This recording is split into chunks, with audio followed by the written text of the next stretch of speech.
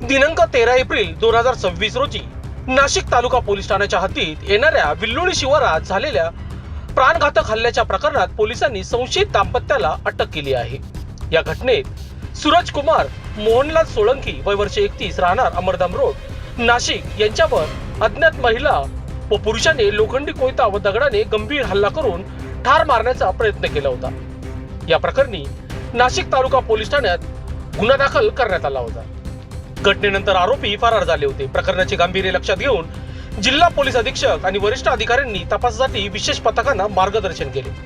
तपासादरम्यान पोलिसांनी गुप्त माहितीच्या आधारे संशयित दाम्पत्याचा शोध घेऊन त्यांना नाशिक व अहमदनगर जिल्ह्याच्या सीमेवरील भागातून ताब्यात घेतले। यामध्ये हनुमंत अण्णासाहेब शिंदे वय वर्ष 42, साधना हनुमंत शिंदे वय वर्ष 37 यांना अटक करण्यात आली आहे।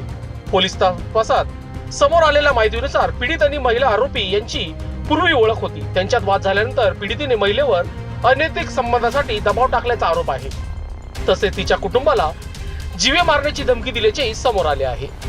या रागातून दाम्पत्याने मिळून सोळंकी यांच्यावर हल्ला केल्याची कबुली दिली आहे। दोन्ही आरोपींना अटक करून न्यायालयात हजर करण्यात आले असून न्यायालयाने त्यांना 2 दिवसाची पोलीस कोठडी सुनावली आहे। या प्रकरणाचा पुढील तपास नाशिक तालुका पोलीस करीत आहे। लोकशास्त्र न्यूज साठी बंटी आढाव, नाशिक।